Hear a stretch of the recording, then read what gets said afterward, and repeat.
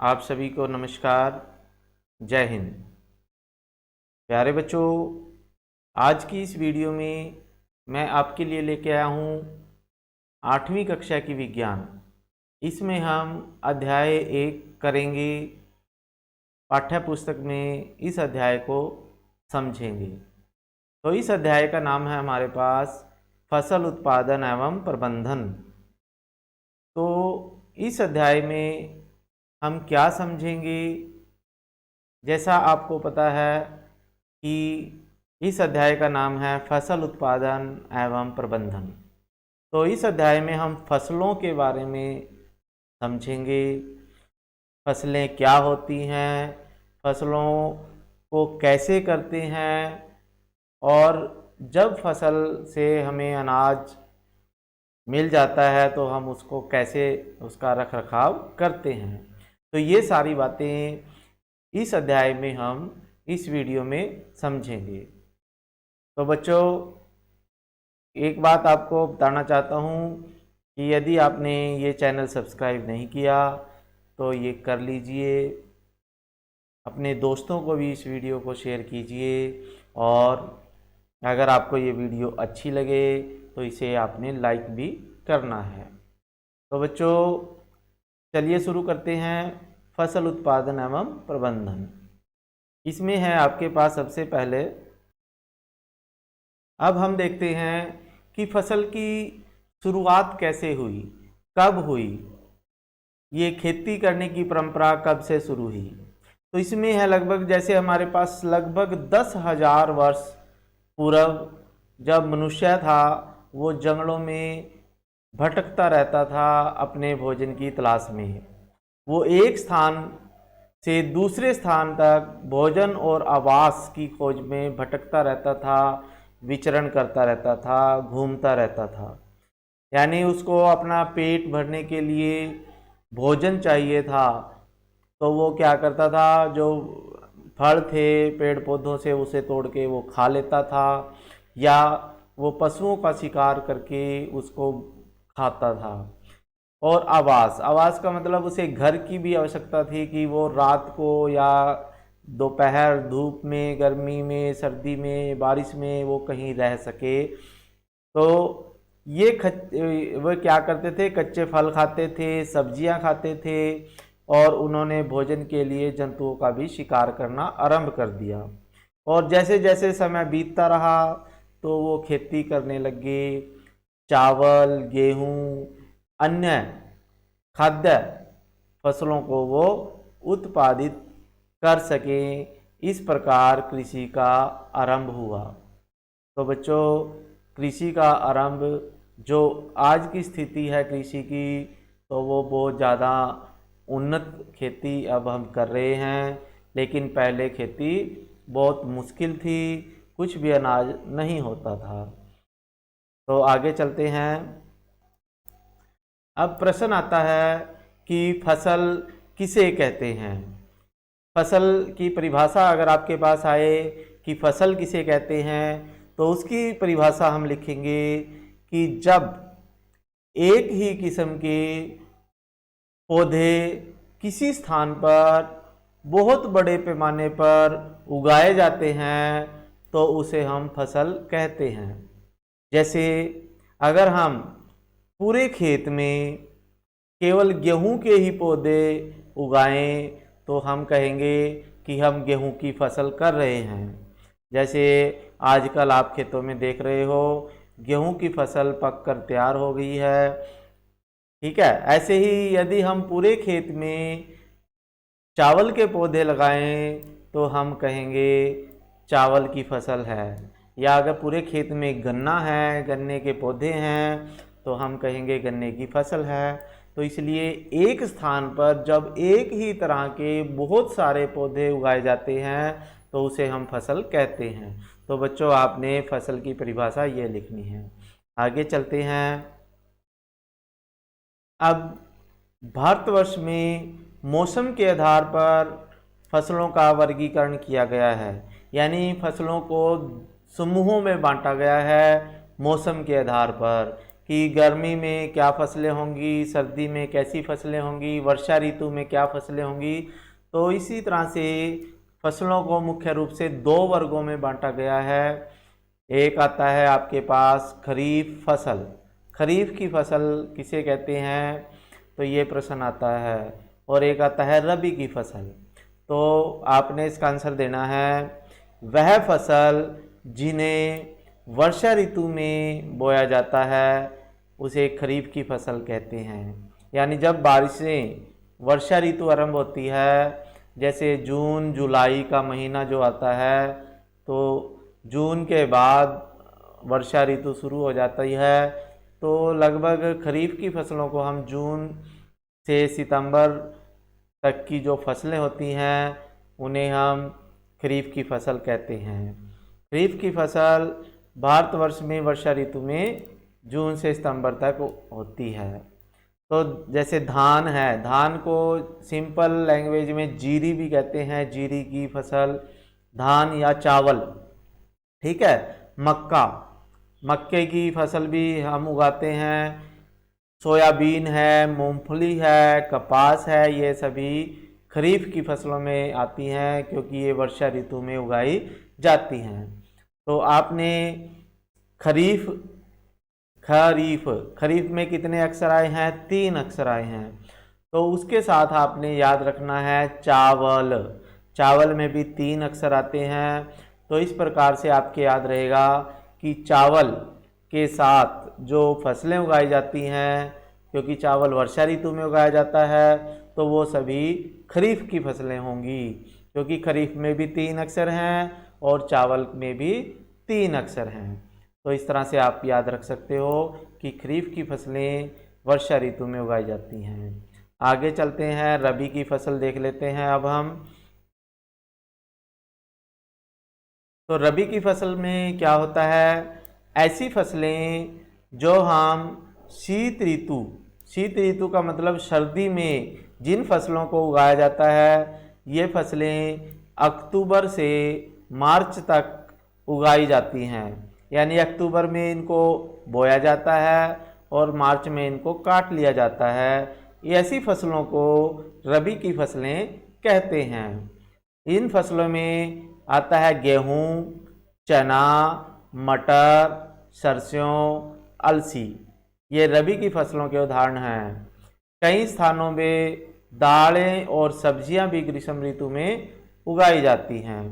तो इसमें रबी की फसल आप कैसे याद रखोगे, जैसे रबी में 2 अक्षर हैं, वैसे ही गेहूं में भी 2 अक्षर हैं।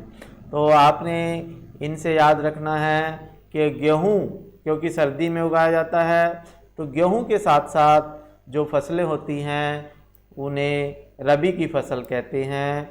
ये सर्दी की ऋतु में, शीत ऋतु में उगाई जाती हैं। तो ये वेरी इंपॉर्टेंट है, ये अक्सर सभी एग्ज़ाम्स में पूछ लिए जाते हैं कि खरीफ की फसल और रबी की फसल किसे कहते हैं। तो ये आपने याद करना है बच्चों। आगे चलते हैं। आगे आपके पास आता है प्रश्न बच्चों, कृषि पद्धतियाँ किसे कहते हैं। कृषि पद्धतियाँ किसे कहते हैं। तो कृषि पद्धतियाँ क्या होती हैं बच्चों, फसल उगाने के लिए किसान को अनेक क्रियाकलाप समय अनुसार करने पड़ते हैं, उन्हें हम कृषि पद्धतियाँ कहते हैं। यानी फसल तैयार करने के लिए, फसल उगाने के लिए किसान खेत में समय समय पर जो क्रियाकलाप करता है उन्हें हम कृषि पद्धतियाँ कहते हैं। तो कृषि पद्धतियाँ हमारे पास अनेक प्रकार की कृषि पद्धतियाँ हैं। एक फसल को तैयार करने के लिए किसान खेतों में अनेक प्रकार की कृषि पद्धतियाँ करता है, जो हम आगे समझेंगे। तो कृषि पद्धतियाँ क्या होती हैं, खेत तैयार करने से लेकर फसल काटने तक जो भी कार्य किसान खेत में करता है वो सारी कृषि पद्धतियों में आएगा बच्चों। तो आगे चलते हैं, कृषि पद्धतियाँ वो क्या क्या हैं जो किसान खेत में करता है, तो ये बातें हम आगे समझेंगे। तो बच्चों जो हमारे पास विभिन्न प्रकार की कृषि पद्धतियाँ हैं वो हमारे पास 7 तरह की कृषि पद्धतियाँ आती हैं। सबसे पहले मिट्टी की तैयारी, मिट्टी तैयार करना। क्या होता है बच्चों? मिट्टी तैयार करना होता है सबसे पहले कृषि पद्धति। तो उसके बाद बुआई आता है, फिर खाद एवं उर्वरक देना आता है, और फिर सिंचाई आता है बच्चों। सिंचाई करते हैं, पानी देते हैं फसल को। फिर खरपतवार से सुरक्षा, फिर कटाई, और जब अनाज आ जाता है हमारे घर में तो उसका भंडारण करते हैं बच्चों। तो ये 7 तरह की कृषि पद्धतियाँ हैं जिनको हम पूरे विवरण से पूरे विस्तार पूर्वक समझेंगे। तो मुख्य इस लेसन में ये 7 ही कृषि पद्धतियाँ हैं जो आपको आनी चाहिए। तो इनको मैं अच्छी तरह से आपको समझाऊंगा बच्चों, वीडियो अंत तक देखते रहें। और हाँ, अगर आपको ये वीडियो अच्छी लग रही है तो आप लाइक कर दीजिए। चैनल सब्सक्राइब नहीं किया तो सब्सक्राइब ज़रूर कर लीजिए, और अपने दोस्तों को भी इस वीडियो को ज़रूर भेजें। तो आगे शुरू करते हैं। मिट्टी तैयार करना। तो मिट्टी तैयार कैसे करते हैं ये देख लेते हैं। तो इसमें हमारे पास आ जाता है मिट्टी तैयार करना। अब मिट्टी तैयार करने का क्या मतलब है? तो इसमें क्या करते हैं हम, फसल उगाने से पहले मिट्टी तैयार करना प्रथम चरण है, पहला चरण है। यानी फसल उगाने का सबसे पहला चरण कौन सा है बच्चों? मिट्टी तैयार करना। तो मिट्टी को पलटना तथा उसे पोला करना कृषि का अत्यंत महत्वपूर्ण कार्य है। इससे क्या फायदा है भाई? हम मिट्टी को उल्टते पलटते हैं, उसको पोला कर देते हैं ताकि वो सख्त ना रहे। तो इसका कार्य है, अगर हम मिट्टी पोली करेंगे तो जो फसल है, जो उसमें फसल उगाएंगे, तो उसकी जड़ें क्या होगी? मिट्टी में नीचे चली जाएंगी, गहराई में जाएंगी। और पोली मिट्टी में गहराई में धसी जड़ें सरलता से, आसानी से श्वसन कर सकती हैं, सांस ले सकती हैं, गैसों का आदान प्रदान कर सकती हैं। तो उसके बाद आप इसको पढ़ सकते हैं। अब पोली मिट्टी जब होती है तो उस मिट्टी में रहने वाले केचुए होते हैं, ठीक है। केचुए आपको पता होगा, जब बरसातें होती हैं उन दिनों में केचुए मिट्टी से बाहर आ जाते हैं, आमतौर पर वो देखे जाते हैं। तो वो केचुए और जो सूक्ष्म जीव होते हैं, कीड़े मकोड़े जो होते हैं मिट्टी के अंदर होते हैं, वो वृद्धि करते हैं पोली मिट्टी में, ठीक है। तो यह जीव जो होते हैं वो किसान के मित्र होते हैं, क्योंकि ये मिट्टी को उपजाऊ बनाते हैं। और मिट्टी में जो भी घास वगैरह होता है वो भी उखड़ जाता है और सूख जाता है पोला करने से। और उस घास की या मरे हुए जीव जंतु, जो कीड़े मकोड़े कई बार मर जाते हैं मिट्टी में, तो उसका ह्यूमस बन जाता है, और वो ह्यूमस मिट्टी को उपजाऊ बनाता है। ये सारे कार्य मिट्टी के उल्टने पलटने के कारण होता है, और पोला अगर मिट्टी होगी तो फसल आपकी अच्छी होगी। आगे है, अब हमारे पास आगे आता है प्रश्न कि जुताई किसे कहते हैं। ये प्रश्न पूछ लेते हैं, जुताई किसे कहते हैं। तो इसका आंसर आप लिखोगे, मिट्टी को उल्टने पलटने एवं पोला करने की प्रक्रिया को जुताई कहते हैं। अब जुताई जो होती है, मिट्टी को पोला करने के लिए हम जो भी क्रियाएं करते हैं वो जुताई के अंतर्गत आती हैं। अब जुताई पहले क्या होता था, हल चला के बैलों के द्वारा, जब बैल भी नहीं थे तो वो हाथ के द्वारा मिट्टी को खोदते थे। फिर उसके बाद धीरे धीरे खेती करनी जब सीख ली मनुष्य ने, तो वो बैलों की सहायता करने लगे। बैलों की सहायता से हल के द्वारा खेत की जुताई करते थे। लेकिन धीरे धीरे समय परिवर्तित होता गया और आज समय ऐसा आ गया कि हम मिट्टी को ये जुताई के लिए यानी खेत की जुताई के लिए अनेक मशीनों का उपयोग करते हैं। जैसे ट्रैक्टर है, ट्रैक्टर के साथ हैरो होती है, टिलर होते हैं, लेवलर होता है। तो इस तरह के बहुत सारे औजार हैं जो मिट्टी को उल्टते हैं, पलटते हैं, पोला कर देते हैं और समतल करते हैं। तो आगे देखते हैं कि वो कौन कौन से औजार हैं जिनका उपयोग हम मिट्टी को तैयार करने में, जुताई में प्रयोग करते हैं। आगे है आपके पास कि मिट्टी को जब हम जुताई करते हैं तो कृषि औजारों का उपयोग करते हैं। तो कृषि औजार किसे कहते हैं? तो अच्छी उपज के लिए बुआई से पहले मिट्टी को भुरभुरा करना आवश्यक है।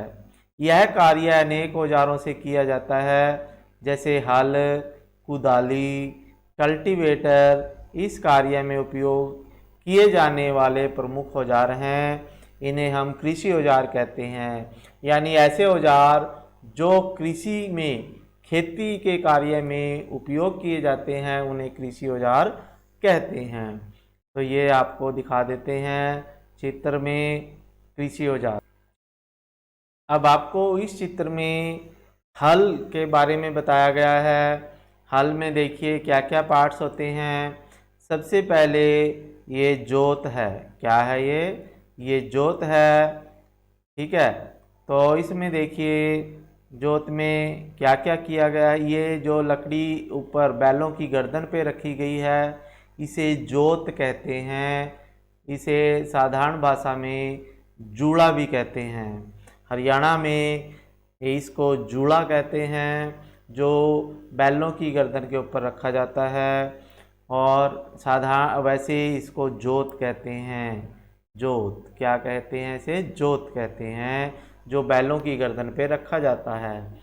और हल का दूसरा भाग जो ये है, हल साफट कहते हैं इसे, ठीक है। ये जो बड़ी लंबी लकड़ी आपको ये दिखाई दे रही है, जो जोत से नीचे हैंडल तक जाता है, उसे हम हल साफट कहते हैं, ठीक है।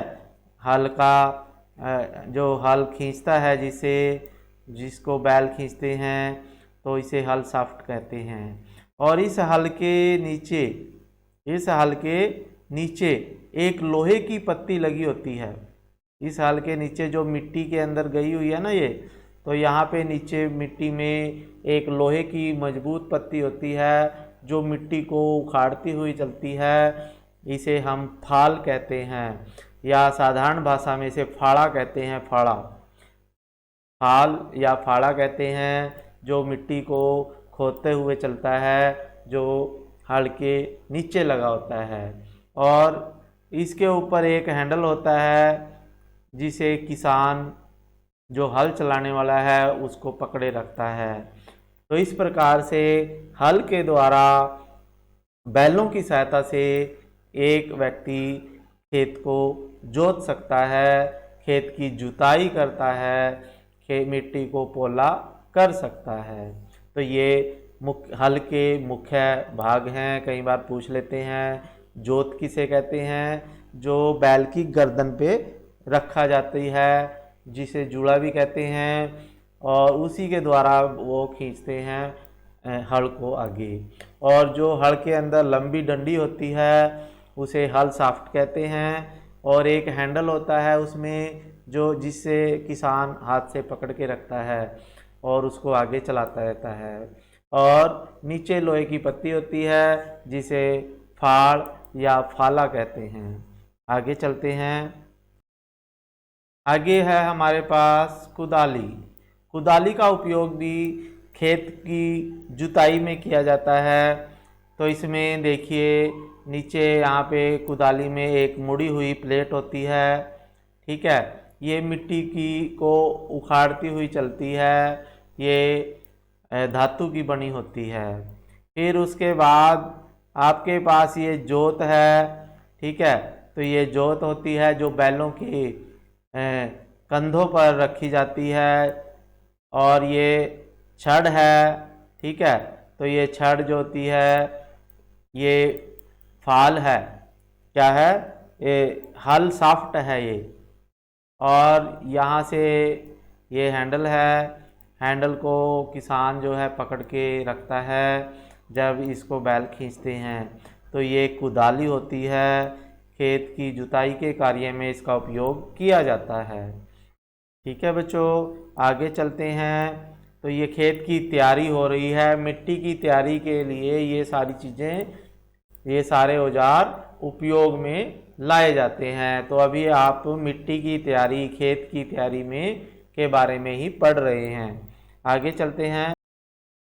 तो अभी तक तो हम ऐसे औजार पढ़ रहे थे जो बैलों की सहायता से चलाए जाते थे, लेकिन अगला औजार जो है कल्टीवेटर है, ये ट्रैक्टर के द्वारा चलाया जाता है। आजकल जुताई ट्रैक्टर द्वारा संचालित कल्टीवेटर से की जाती है। कल्टीवेटर के उपयोग से श्रम का मतलब मेहनत और समय की दोनों की बचत होती है। अब हमें कम मेहनत करनी पड़ती है और कार्य जल्दी हो जाता है ट्रैक्टर के द्वारा। ट्रैक्टर के पीछे जो आप देख रहे हो इस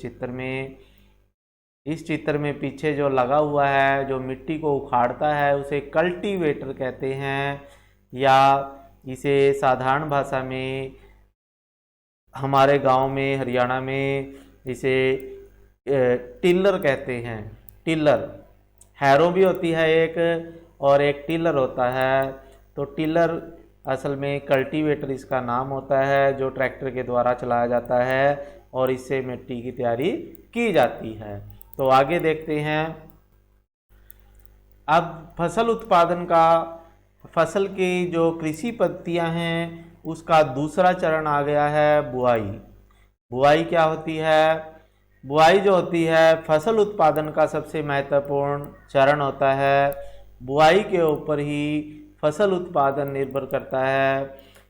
तो सबसे पहले, बुआई से पहले हमें अच्छे गुणों वाले, अच्छी गुणवत्ता वाले बीजों का चयन करना होता है, स्वस्थ बीजों का चयन करना होता है, जिससे हमारी फसल अच्छी हो। तो बुआई के लिए बीजों का चयन हम कैसे करते हैं, कैसे पता लगाते हैं कि ये बीज अच्छा है या ये बेकार है? तो स्वस्थ बीजों का पता कैसे लगाते हैं ये देखिए। तो स्वस्थ बीजों का पता लगाने के लिए हम क्या देख सकते हैं, जैसे मैंने अपनी माँ को देखा कि माँ चने के कुछ बीज एक बर्तन में रख कर उनमें से कुछ पानी डाल रही है। तो कुछ मिनट पश्चात कुछ बीज पानी के ऊपर तैरने लग गए। तो मुझे आश्चर्य हुआ कि कुछ पानी में ऊपर क्यों तैर रहे हैं। तो इसी से हम पता लगा लेते हैं कि कोई बीज क्षतिग्रस्त है, सही है या नहीं है। तो जब भी हम बीज का पता लगाना है कि बीज स्वस्थ है, तो हम उस बीज को पानी में डुबो देते हैं। जैसे चावल है, धान का बीज उगाना है, हमने बोना है, तो आप धान को पानी के अंदर डाल दीजिए।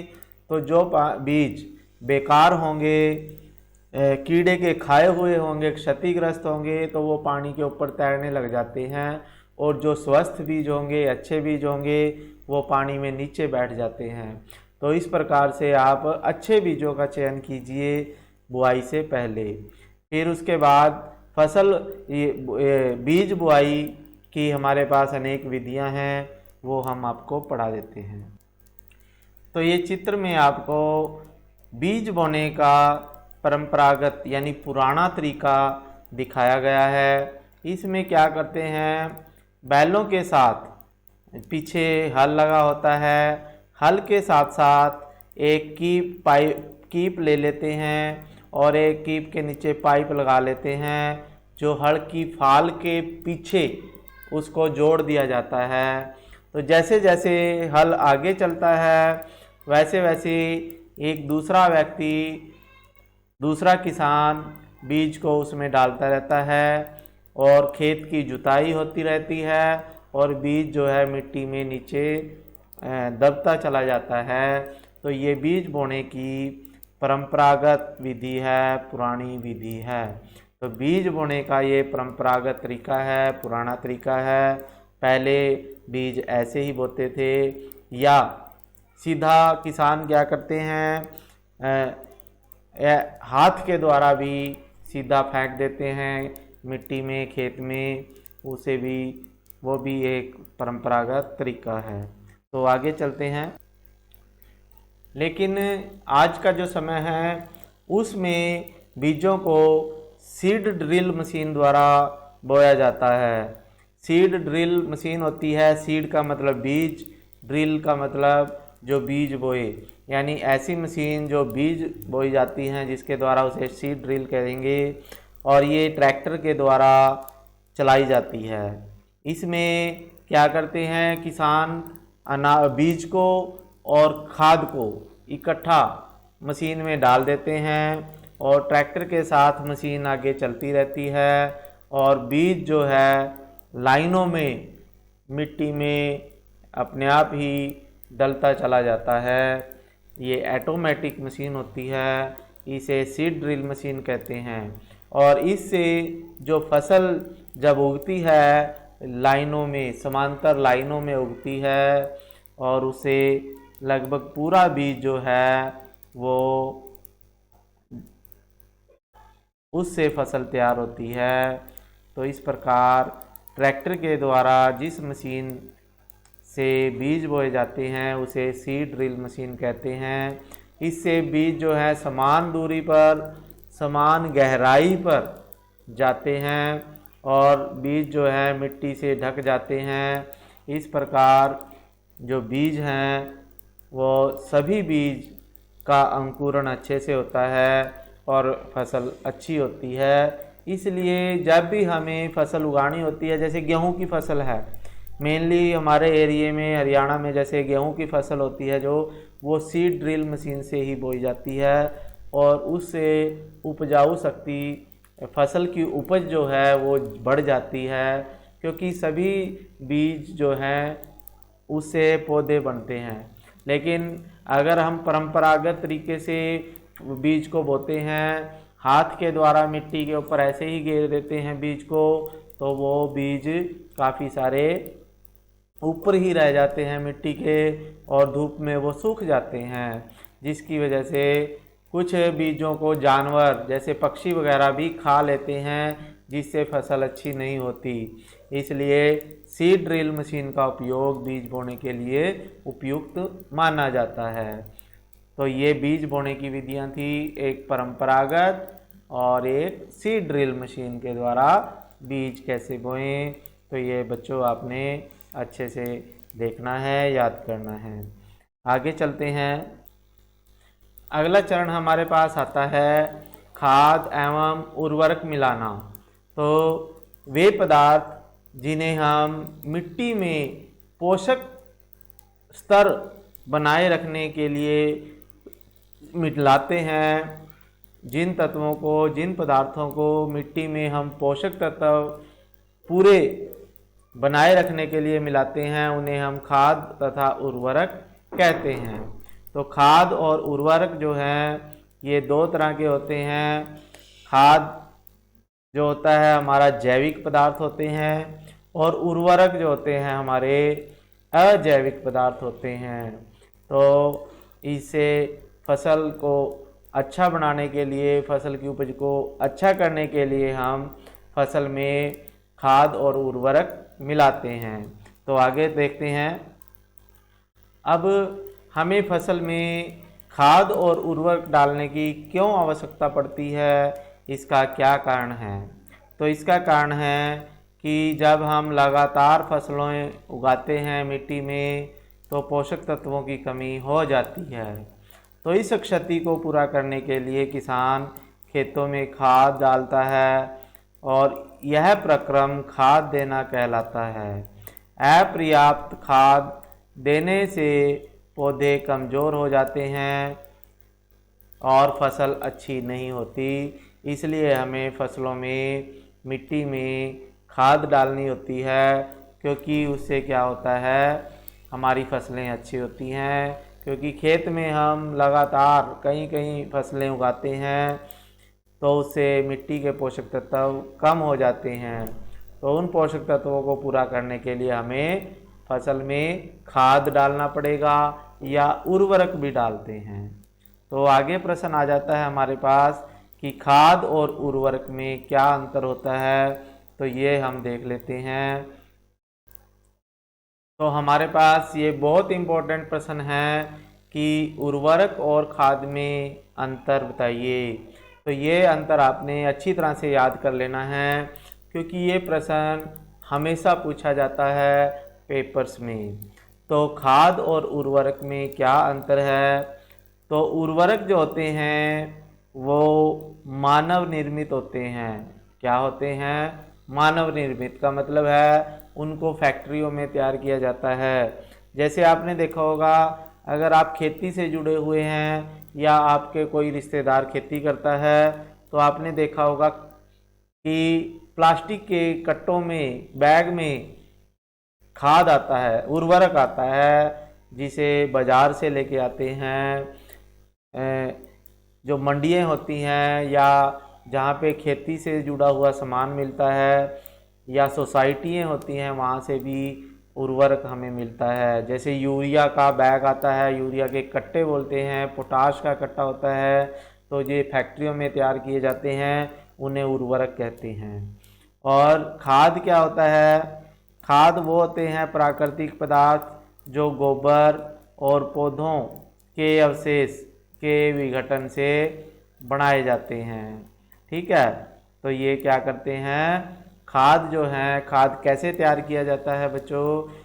खाद को गोबर से, आपने देखा होगा गांव में, अगर गांव में रहते हो आप, तो लोग क्या करते हैं, जो गोबर है या घर से जो कूड़ा करकट है, कचरा है जो गलने सड़ने वाला है, उसको एक जगह हर रोज़ डाल देते हैं, जिसे साधारण भाषा में कुरडी कहते हैं। तो एक कुरडी का गड्ढा होता है, उसमें खाद बनाने के लिए गोबर डालते रहते हैं, और वो 6 महीने या साल तक गलता सड़ता है और वो खाद के रूप में परिवर्तित हो जाता है, और उसे हम खाद कहते हैं। और फिर उसको हम खेत में डाल देते हैं, फसलों में डाल देते हैं, उससे मिट्टी उपजाऊ हो जाती है, उसे खाद कहते हैं। ठीक है, तो उर्वरक जो है फैक्ट्रियों में तैयार किया जाता है, लेकिन खाद जो है घर पर ही बनाई जाती है, खेतों में बनाई जाती है। उर्वरक जो होता है उसमें ह्यूमस नहीं होता, उसमें अगर आप यूरिया डालते हो तो उसमें नाइट्रोजन होता है, पोटाश डालोगे उसमें पोटासियम होगा, लेकिन जो खाद होता है उसमें ह्यूमस होता है। और ह्यूमस फसल के लिए बहुत अच्छी चीज़ होती है। उपजाऊ फसल के लिए, उपजाऊ मिट्टी के लिए मिट्टी में ह्यूमस अवश्य होना चाहिए। तो ह्यूमस जो है जैविक पदार्थों के गलने सड़ने से बनता है, उसे ह्यूमस कहते हैं। उर्वरक में पादप जो है पोषक जैसे कि नाइट्रोजन, फास्फोरस, पोटाशियम अधिक मात्रा में होता है। यानी जो भी आप उर्वरक डालोगे उससे एक विशेष प्रकार का पोषक तत्व मिलेगा, लेकिन जो खाद है उससे पौधों को सभी पोषक तत्व मिलते हैं। उसमें यूरिया भी है, पोटास भी है, फास्फोरस भी है, लेकिन कम मात्रा में होता है। लेकिन उर्वरक जो होता है, अगर आप लंबे समय तक उर्वरक का उपयोग करते हो तो वो आपकी मिट्टी को धीरे धीरे कमज़ोर कर देता है, लेकिन जितना ज़्यादा आप खाद डालोगे मिट्टी में तो वो आपकी फसल के लिए उतना अच्छा होगा। तो इसलिए जो खाद है वो प्राचीन समय से, जब फैक्ट्रियाँ नहीं थी तो खाद ही डालते थे। तो खाद जो होता है हमारा देसी चीज़ है जो हमारे फसल के लिए वरदान है, और उर्वरक कुछ समय के लिए वो पोषक तत्वों की आवश्यकता करता है। तो इस प्रकार से आपने उर्वरक और खाद में अंतर जरूर याद करना है बच्चों, ये वेरी इंपॉर्टेंट है। ठीक है, तो आज की वीडियो में मैं इतना ही कराऊंगा क्योंकि वीडियो बहुत लंबी हो चुकी है। बाकी क्वेश्चन, बाकी लेसन अध्याय मैं अगली वीडियो में आपको समझाऊंगा। तब तक के लिए आपको धन्यवाद। जय हिंद।